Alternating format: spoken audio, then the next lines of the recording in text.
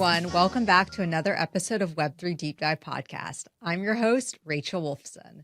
Today, I'll be speaking with Kevin O'Leary. He is a famous investor. He's very well known for being Mr. Wonderful on Shark Tank. So I'm going to be discussing everything about Bitcoin, Web3, regulations, TikTok, and much more in this interview with Kevin. Before getting started with today's episode, I'd also like you guys to take the time to like and subscribe to the channel, especially if you enjoy the content that you're seeing today. Your support means everything.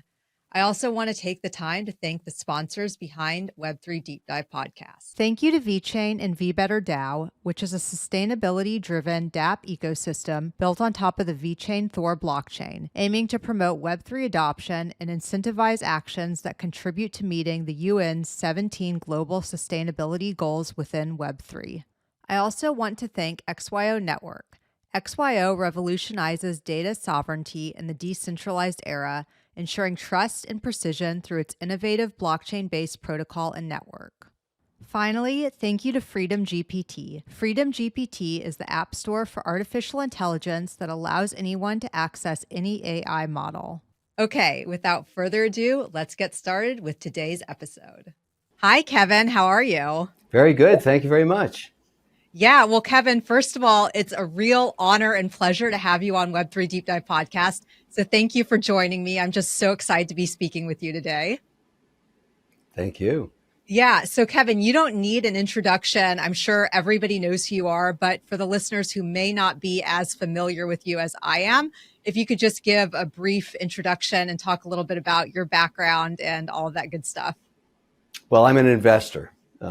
Basically, and I invest across all 11 sectors of the economy. I'm very focused on disruptive technologies. I have a very large portfolio of companies, over 50 of them, in pretty well almost every state now and overseas as well. A very big advocate for digital payment systems and cryptocurrencies. And so I engage in a lot of different activities. I look forward to working with entrepreneurs. That's what I do. And I obviously use my social media platform and television and radio and everything else to promote their products and services. I'm an advocate for small business in America. Great, right. And recently, I was watching Shark Tank a few weeks ago when I was in LA in my hotel room. I was kind of binge watching Shark Tank for the first time. And so, you know, you're a host on Shark Tank. You're Mr. Wonderful. And I just want to let everybody know that if they don't already know. Oh, thank you. I enjoy that. It's going into its 16th year. We're very proud of it. That's extraordinarily long for a television show, but we have become a global platform and we support American entrepreneurship. Right. Yeah, it's a great show. So thanks for that entertainment. So Kevin, let's talk a little bit about Web3. How did you get involved in the Web3 and cryptocurrency space? You know, when you start to look at the potential of financial services and the digital aspect of it, it becomes obvious that although these have been very controversial and volatile, and we had the first period of what I call the period of the crypto cowboys, the FTXs and the Binances and all that, they're all gone now. And that's good because integrating the new advancements, these new technologies, Web3, and all of this into the existing financial services infrastructure is going to provide a tremendous amount of productivity enhancements and cost reductions and enhanced speed and pretty well everything. And so it's really about how do you do this successfully? Where do you invest? Do you invest in the picks and shovels? Do you invest in Bitcoin or other tokens, et cetera? Or do you do it all? And I've chosen to do it all. I've taken my bets out pretty well everywhere. I own a lot of exchanges around the world, up in Canada, WonderFi, in the Middle East, M2, in Abu Dhabi, very important exchange now that, M2 is basically picked up where Binance left off. And so they're getting all the new accounts because they're compliant and they work with the ADGM and they work with the other regulators around the world, the group of so-called 7. And we're in a new age now. We're in a new positive growth age for Web3. And it's going to affect all kinds of things. Gaming is huge. Collectibles are huge. Financial services are huge. Transfer payments are huge. All of it. Right. It's interesting that you say that we're in a new growth phase of Web3. Can you elaborate on that just a little bit? Like Well, what's different now between versus 2017? Well, I'll tell you what's different. You finally have institutional capital interested. 97% of invested wealth, as much as that, depending on what country you're in, comes from the institutions in it, whether it be sovereign wealth funds, pension plans, hedge funds, endowments. They didn't play in Web3 and they didn't play in crypto because it wasn't compliant.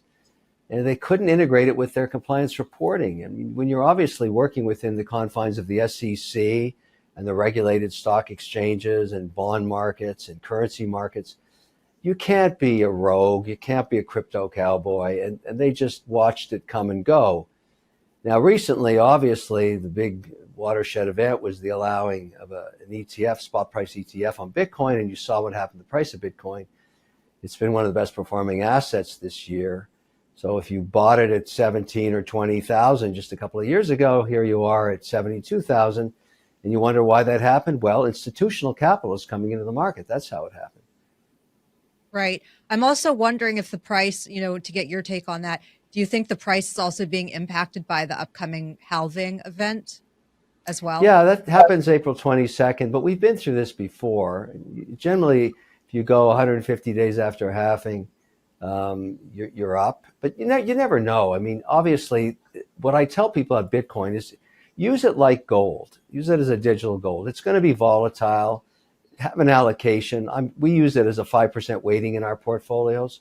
It's been one of the best performing in the last 18 months, but so is gold. Gold has done well too, and some other assets we have. It's just another asset. There's nothing magic about it. I mean, I don't have any phobia about Bitcoin, but I put it in its place in terms of diversification. It's never more than 5% of a portfolio. So, Kevin, it's interesting what you said about institutional interest. Today, I woke up to the news to see that UK regulators have just approved Bitcoin ETNs, exchange traded notes, but only for institutions, not retail investors. What are your thoughts on that? That's fine. I mean, that's really where most of the money is. They did the wise thing there because they don't want the volatility and risk in the individual investor right now. Institutions are clamoring for it because their clients want it. They want a 1% to 3%, sometimes 5% weighting in their funds, and they've allowed for it. This is a spot pricing product, not much different than what we have in the U.S. here in the ETF. But many institutions won't pay the fees of these things, and they'll just buy Bitcoin on their own, which they have done. And that's why the M2 exchange is so important. You need a place where you can rebalance on a daily or quarterly, weekly basis. And M2 is emerging as the leader there pretty quickly, taking over from what FTX was and what Binance was. Abu Dhabi is the new capital of capital around the world. So it's not a surprise to see it emerge there. And this is where institutions are going to go.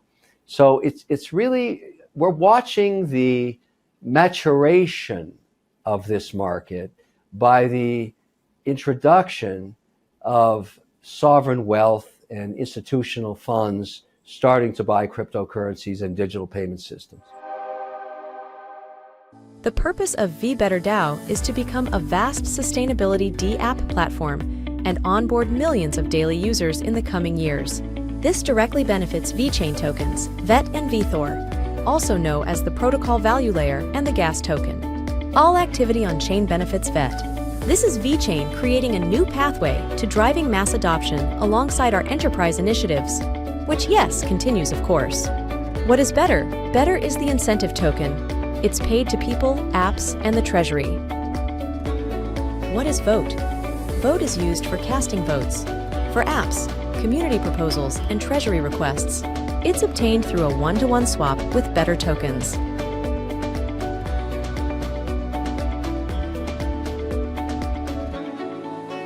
Join now and be better. Let's talk a little bit about M2 because you've mentioned that quite a bit. So they are a crypto exchange based in Abu Dhabi. So what makes M2 different from other crypto exchanges like Coinbase, for instance, or Binance? Well, Binance obviously, as its founder awaits his sentencing in Seattle, is owned by a felon. And so that's going to cause problems by many institutions. They won't be able to use it. That's a non-starter for compliance. Coinbase is still in litigation with the SEC, so that's a bit of a problem too. Most institutions shy away from litigation with their regulator. It's never a good outcome. I think Coinbase has gone to bat against the SEC 3 times and lost every time. I don't know why they're not going to lose this time. I have no idea, though. But M2 doesn't have any litigation with any regulators. They've started a platform 100% compliant wherever. When they take on clients, they know your client. They provide a bank account. They're completely regulated by their regulator in the UAE and Abu Dhabi, and that's well known around the world. So it's really, the difference is getting these exchanges on board with their various regulators. And so it takes time. In the case of Coinbase, they're very close. No one's been criminally charged there, but they are offside. I think in the case of Binance, I think there's still a fraud charge to deal with the SEC. And so nobody wants to touch that stuff. Those days are so over. Nobody cares about that anymore. They've moved on. But the potential of cryptocurrencies and digital payment systems remains. It remains. And I believe that over the next 5 years, that will become the 12th sector, the S&P. Digitization of financial services will be a new sector. Cryptocurrencies will be a new sector. And they'll be embraced just like any other sector. Remember, the last new sector, the S&P, the 11th, was real estate. It took a long time to bring that in, but it's a major asset class. Now we're going to go to crypto. Right. Now with M2 being in Abu Dhabi, so someone such as myself, if I wanted to use that exchange, I couldn't because I'm based in the United States. Is that correct? Yes, you can't use it because it's not cleared here yet, but only 40% of Bitcoin is in the United States. The other 60% is held worldwide, and so they're dealing with that part of the market. You can be a shareholder of M2 by simply buying it on the ADX exchange, Interactive Brokers, or any other international brokers that you can. I'm a shareholder that way. I bought shares in a company called Phoenix that trades on the ADX, and I'm able to do that, and I just own it because I want to own that picks and shovels. Mm-hmm. But no, you cannot open an account on M2 if you're an American resident. Okay, interesting. I also want to talk about WonderFi. So WonderFi is interesting. Now, is WonderFi an investment platform based in Canada? WonderFi was an investment I made years ago. And the WonderFi management, their mandate, or what they told investors, was they were going to consolidate all the exchanges in Canada. And that's exactly what they've done. They're regulated by the OSC, so they're completely compliant. They have 1.6 million accounts. They're the largest exchange in Canada, completely compliant with their regulator. And I'm still a shareholder of it. And that's the kind of idea. I mean, I own M2 in the UAE, and I own WonderFi in Canada, and I'm going to continue to buy exchanges that are not in any way in litigation with their regulator, because I'm a regulated entity too. And so I can't afford to be offside in any way, anywhere. And so, I issue securities, or I have a company that's indexes for ETFs called O shares. And we obviously want to be compliant. We don't want to go offside with the staff of the OSC ever. So we stay away from that, and we disclose our ownership. Right. Yeah, regulations, that's obviously interesting to talk about, especially in the United States. What are your thoughts on the regulations here in the U.S.? Well, there's many regulators, but obviously the SEC and Gensler have been very cautious in their advancement on particularly Bitcoin. They remain so. However, they are advancing new products, as we saw with the Bitcoin ETF, and the rumor mill now is around the Ethereum ETF, which already exists in the Canadian market. So there's precedent for it. I think, given all the criticism that Gensler's taken, I still think he's doing his job in terms of keeping things compliant. That's the whole idea. And those that want to go deal with the staff and work it out are better off than not. The whole point is, and I keep telling people, none of this matters until this gets regulated, because there's the vision of the crypto cowboy time when nobody cared about the regulator and it was all going to be decentralized. That never happened. It never happened because the institutions don't want that. They're not interested in it. They have no interest at all in working in an unregulated cowboy environment where they're offside. And so by the integration in compliance, the reporting integration, the systems working within the funds that have to mark to market every day. I mean, I mark to market everything we have every day. We have to know what our positions are. We have to stay within our mandates. Some of these are self-imposed mandates for diversification. So we don't have any rogue or cowboy inspirations. We just want to be on board with the regulated environment and play by the rules. And that's about 99% of institutional investors. That's how they feel.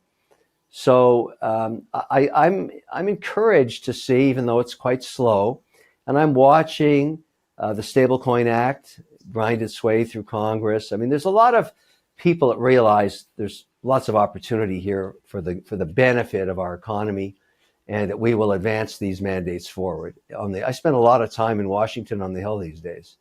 Right. Yeah, I remember that. Shifting gears a little bit, let's talk about TikTok. Is that okay?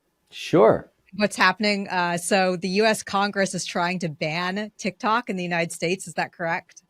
No, they're not trying to ban it. What they're trying to do is say, look, the companies ignored our cries for national security to resolve the issues around leakage of data from the app, of Americans' data to the Chinese. And I mean, everybody's known this for quite a while. I mean, look, I have two phones. This is my TikTok phone. It has TikTok on it, but it has nothing else of relevance on it. It's completely stripped of any data about who I am or where I am or any of my personal information or any of my corporate information. And that's because everybody knows that TikTok leaks back to the Chinese. Here's my regular phone, no TikTok on that. And that's the only way you can use TikTok safely. Let me preface my comments saying that, I have no ill will to the Chinese people. I've always admired their culture and their advancement in science over thousands of years and what they brought forward to humanity. They're terrific people, and I respect them immensely. I don't trust their government, and apparently neither does Congress. And so they've tried to address this issue now for 2 years. It keeps coming up every 6 months. This time it's getting very serious because this bill, it should be signed into law, won't ban it. It will tell and every Chinese company, I don't care what they're called, Dance Bite or whatever you want to call them, they're just the Chinese government. Everybody knows that. I mean, you're beholden to the Chinese government, and that's the way it works. This is a communist country. I'm not debating pro or con. I'm just saying that's how it works. So what this bill will force the company to do is divest of the asset in the United States if it wishes to remain operational. So I'm interested in buying the asset. I'll buy TikTok, and here's how I would do it. So we know if this bill passes, and we'll find out on Wednesday, it looks like it could be voted on as early as that, and it's bipartisan, so it has some probability of passing. The company will then be put on a clock to sell or shut down, which would be stupid. There's no need to shut it down, so they're going to sell it. They'll start a process. What I'm going to propose is the formation of a bipartisan oversight committee comprised of 2 members of the Republican Party, 2 members of the Democratic Party that would oversee the transition to a new co in America. And what I would go to them and say, look, here's what I'm going to guarantee. I'm going to guarantee that we will strip the code and remove all the back doors to the Chinese government, number one. I will guarantee that we will move all of the servers, if there are any, that are outside of the U.S. onto U.S. soil. So the company's data will be nexused domestically. I'll make it safe for parents. I'll make it safe for users. I'll make it safe for large businesses to advertise and small ones. I will change the board if necessary, put on a whole new team there, swap out the management if necessary. But I would request of the Oversight Committee to tell me what percentage I could leave in the hands of the Chinese as passive investors with no operational control. Maybe that's 10, 20, 30%. And the reason I would propose that, not knowing what their answer would be, is that we have many joint ventures, American companies in China, and we enjoy those relationships, even though we are adversaries sometimes. But they would become passive investors with absolutely no control at all in the operation of the company. Now, if the Oversight Committee told me I couldn't do that, well, I won't do that. But I'm not going to go forward because this is going to be a multi-billion-dollar syndication of debt and equity to buy it. It's one of the most successful advertising platforms ever created, one of the best algorithmic uses of technology to find content that people want, and it's obviously been successful with 170 million followers. And so that Oversight Committee will be valuable in getting the deal done, because if I have to raise $20 billion, no one's going to raise a dime of it to go beside me in the deal if we don't have the House on board. And so we're going to need to structure it that way. It's going to be a very complicated deal, but it's way better than shutting it down. And for the Chinese owners now, they're getting a fair market deal based on whatever that price is, given the covenants in place. So I would very much like to be part of that. I'm hoping to be able to lead that syndicate because I think my plan would work. That's interesting. Now, let's say you were able to buy TikTok and do everything that you just said. Would you possibly have plans to implement like a crypto element into it where people could maybe go to the TikTok shop and buy things using cryptocurrency, or maybe creators could earn crypto for, their content? 100%, but it would be done on a compliant basis. I mean, I think using digital payment systems on a platform like TikTok and adding features like that is the potential it has. There's no question about it. And so TikTok's a global phenomenon. So if you wanted to do a digital transfer between, person in another country, and it was compliant and transparent, and obviously auditable, so you would know who sent it and who received it, yes, I would provide that. Of course I would. And I think that's the potential of a platform that large. There's very few platforms that large in the world. And I think the chance that I could do this is very high because the regulator's not going to let Google buy it, not going to let Meta buy it, maybe would let Microsoft buy it, but that's not clear. And maybe Microsoft doesn't want the headache of dealing with the Hill this way. I'm willing to take it on. I think I have good relationships on both sides of the aisles. I've been going there for years, and they know I'm an advocate and a strong supporter of small business. It's a very important platform for small business. There's no question about it. So I think I would be a good steward for this process. But the potential, and obviously bringing in a new management team, an American management team that would be beholden to the advisory committee, at least for the first year and a half, is what we would have to do. And I would work with national security advisors because we want to prove to them that this code is not leaking. I know my TikTok phone is leaking data to the Chinese, but there's no data to leak. So I got the joke a long time ago. And so many people do this strategy too. There's other apps on here too. Any app that's scraping my data or giving away my location, I put on this phone. This is the social media phone. So it's not just TikTok, but TikTok's the most egregious because it's not even a debate. Of course, the Chinese are pulling the data off it. I mean, why do we even have to debate that anymore? It's a well-known fact.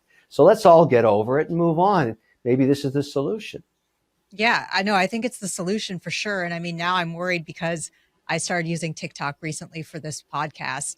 And I'm like, oh no, I don't have two phones. So my data is probably well, it's something you can take it off and move. I mean, there's a reason it's been banned in so many corporations and government agencies. It's obvious. So, you can do this yourself by just getting another phone, and the lowest plan you can get. They're quite inexpensive. And then completely conceal any data that you don't want on it, which is easy to do.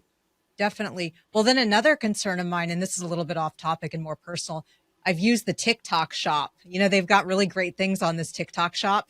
And I put my credit card information in there. I wonder, that's probably not safe. Well, my advice on any platform is to get a separate credit card, which I've done with my companies and my family. A $2,500 limit on it, just used for online services. That way you're protected. You watch all the transactions, even on TikTok. TikTok's a fantastic platform. All my companies use it, and so Yeah. it's just a matter of you can put guardrails in place. I mean, I have multiple credit cards, but there's only the one I use online has a $2,500 limit, so there won't be a disaster anytime soon. And frankly, I don't trust anybody online. Like authentication, 2 levels and more. I mean, you should be wary. AI is making it easier to hack everything, and that's just the world we live in. But social media is here to stay. It's a very powerful tool. It's very important for advertising and customer acquisition. You know, I've got over 1 million followers myself. I think 1.3 million or something on TikTok, and I'm proud to have them. And I communicate with them daily about the narrative, whatever the narrative of the day is, and I enjoy that interaction with them. Yeah. Well, another benefit of you potentially buying TikTok would be extremely beneficial for the Web3 community as well, because you're passionate about crypto, you're passionate about Web3 technology. And I think that can help with mainstream adoption, probably even drive the price of Bitcoin up. You know, if people on TikTok start using Bitcoin and earning Bitcoin for their content, anything's possible, but it's finding the right stewardship for this highly contentious situation between the company and Congress. They've tried to make this thing go away, and every 6 months it percolates up to the surface again. And now they've got all these congressmen and senators just barking at them like dogs. And I don't know, they haven't seemed to be able to put it to bed. So this is the next step, and I think I can be very helpful in making this thing work under its new management. Definitely. The problem with data today is that a lot of people profit or companies profit from it, and they take your data, but you're not properly incentivized or compensated for it. Blockchain and cryptocurrency make it possible that you are incentivized, and they make the data more useful by making it immutable. XYO is a supply chain for data. It allows you to produce high quality, pure data to manufacture solutions and applications on top of it. Okay, let's shift gears a little bit. Let's focus on Web3 again. In terms of interesting Web3 projects today, do you have any that come to mind that you'd like to talk about, or just anything with Web3 in general that you find really interesting? Yeah, I have multiple projects ongoing right now, and multiple investments. Some of them involve the art world. Some of them are involved in watch insurance, for example. I'm a big watch collector. I wear 2 watches every day, Abu Dhabi time, New York time, because I do so much work in both places. We have a whole bunch of tools, Web3 tools, for small business to help them, customer management, web development, social media management. All of these things are projects that I'm invested in, and we support our companies using these tools. AI has been very active for us in changing languages on our advertising. We advertise now in 42 languages. We just brought out a Chinese version and a Spanish, as well as an Arabic, of some of the ads and services we use. So there's so much going on Web3. It's all considered Web3 because it's extremely advanced and very productive and very low cost, I might add. So, multiple fronts, any tool that can enhance the productivity of a business, that's what I'm focused on. Right. Do you ever get confused wearing 2 watches with like New York and Abu Dhabi time? That's a side. No, that's why I have 2 watches, because I've been waking up my team in Abu Dhabi at 2 and 3 in the morning. So now it was their idea. Why don't you wear another watch, boss, and check us out before you call us in the middle of the night, which I do anyways. But I just enjoy, I'm a member of the New York Horological Society. I support young watchmakers. I'm a patron. I have a massive watch collection. I buy a lot of unique pieces. I like to wear them. I've always felt a watch loses its soul if it just sits in a safe. And so I travel with 17 to 20 pieces. I wear 2 a day. I switch out. There's a breakfast set, a lunch set, and a dinner set. So 6 watches a day. That's just who I am. Yeah. I want to do that except with handbags. So maybe one day in my life I could do that. Travel with 17 different designer handbags and switch them out throughout. But anyways, let's talk a little bit about AI. What are your thoughts on AI? Are you worried about, AI generating these deep fakes and ruining elections or anything like that? Or just your thoughts in general about AI? No. I remember, go back and read history about the advance of the first radio signal. It was feared. Television was feared. The internet was feared. Every new technology starts with just hate and loathing. And then over time, everybody realizes it's just another tool. And this could be a very good tool for enhancing productivity across all 11 sectors of the economy. And certainly the market is betting that way. But it's not really anything more than a tool. It'll get integrated into other apps. It's not really a standalone product. And so for all the hype, it'll take time to actually realize its potential. And there'll be a lot of missed starts. Google's learning that. I just see the tool for what it is today, in a nascent form. There's lots of problems with it. We use it. It hasn't, we've, as I talked about translation, it's very useful. We use it to query a lot of data about our commercials and what we do on social media, asked to make suggestions to enhance scripts, for example, and all kinds of things. But it's nothing more than a tool. And so we don't fear it. We embrace it. And we realize it's probably in the first inning of what its potential could be, but it's going to take years. Definitely. And with all the challenges and regulations and those issues around AI, yeah, it will take a long time.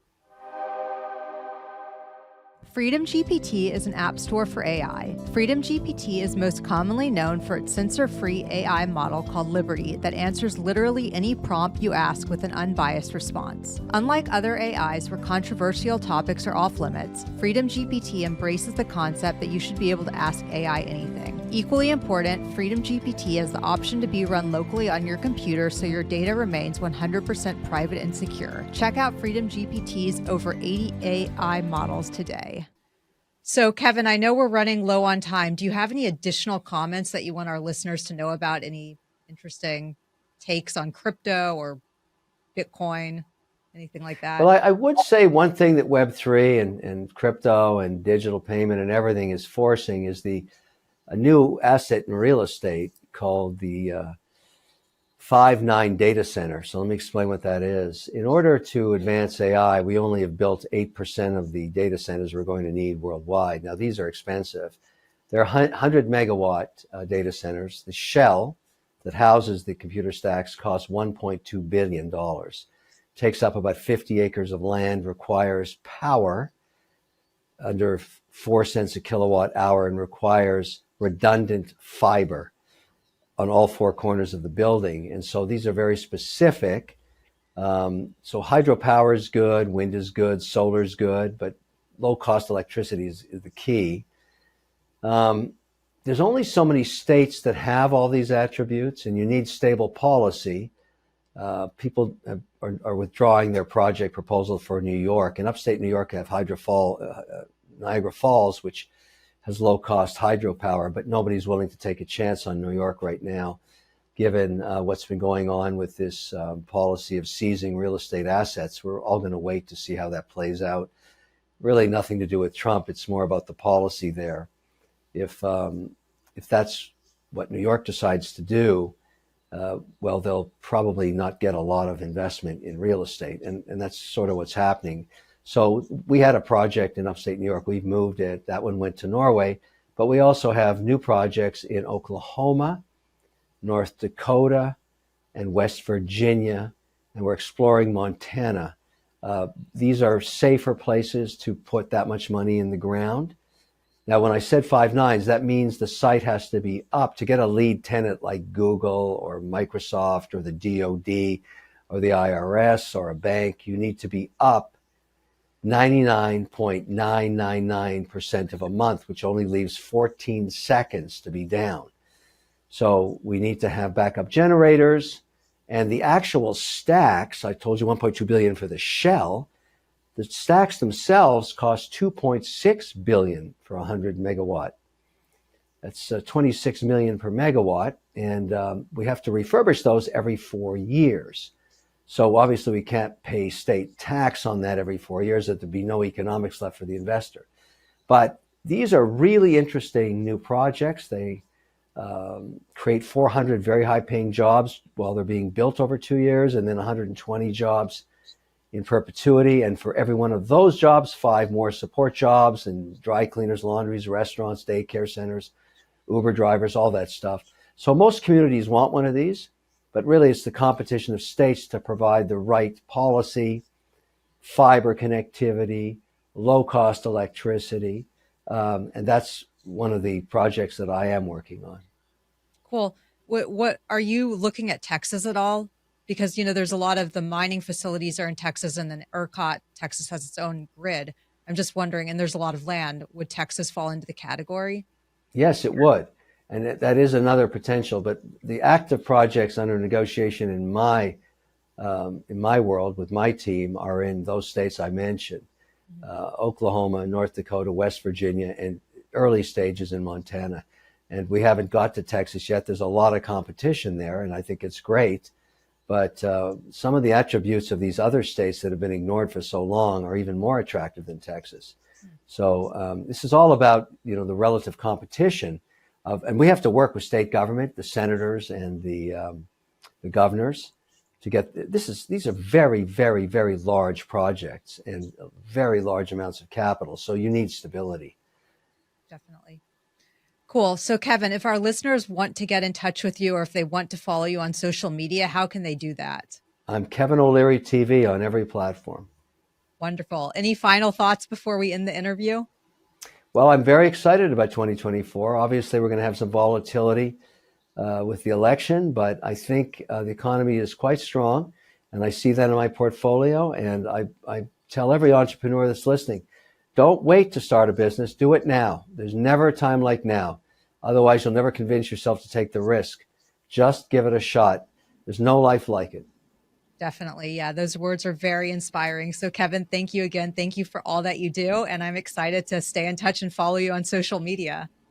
Take care. Thank you. Thank you. Bye. Special thanks to 4Labs Digital for producing Web3 Deep Dive podcast. I'd also like to thank the sponsors behind Web3 Deep Dive. You can click the links in the show notes to learn more about each of the Web3 initiatives from these sponsors. Finally, thanks to the listeners for tuning in. Please be sure to subscribe, like, and share. I'll see you guys next time.